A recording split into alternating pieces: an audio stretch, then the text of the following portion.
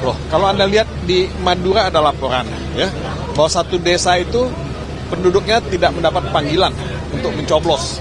Dan kertas suara sudah dicoblos 02. Nah ini kita akan investigasi hal semacam ini.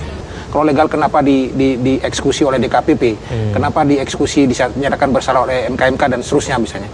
Kalau kemudian dijustifikasi itu terjadi di Mahkamah Konstitusi, yang paling buruk dan kita harus siap menerima resiko itu, rakyat tidak boleh ribut, tidak boleh bergejolak, bisa saja pencalonan presiden dibatalkan, kemenangan itu dibatalkan, lalu menyatakan misalnya Gibran tidak memenuhi syarat. Mengumpulkan semua yang bisa kami kumpulkan dari semua masyarakat Indonesia yang menemukan kelainan-kelainan. Kita tidak menyebutnya dengan kata lain, tapi kelainan-kelainan yang tidak lazim.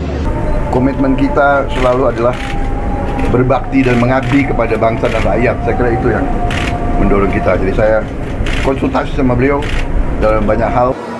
Ketika saya menjadi ketua MK, MK pernah memutus pembatalan hasil pemilu dalam bentuk perintah pemilihan ulang maupun pembatalan penuh, sehingga yang menang dinyatakan disqualified dan yang kalah naik.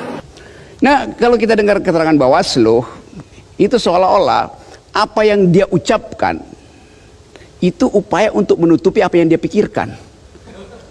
Apa namanya di pelajaran Mbak Oki di Fakultas Psikologi UI itu, reverse psikologinya bekerja akhirnya tuh. Jadi apapun yang akan diterangkan oleh Bawaslu itu orang akan bilang ya nggak mungkin begitu, udah pasti curang itu. Kenapa? Karena memorinya pergi pada MK akhirnya kan. Jadi apapun yang Anda terangkan itu udah jadi semacam ini sampah keterangan itu. Karena dari awal udah sampah itu.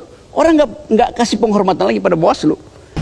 Baik diawali dari rekayasa hukum di MK, kemudian di tengahnya itu berbagai bentuk intimidasi, penggunaan aparatur negara, kemudian politik anggaran yang secara nyata itu dipraktekkan untuk mendukung pasangan 02.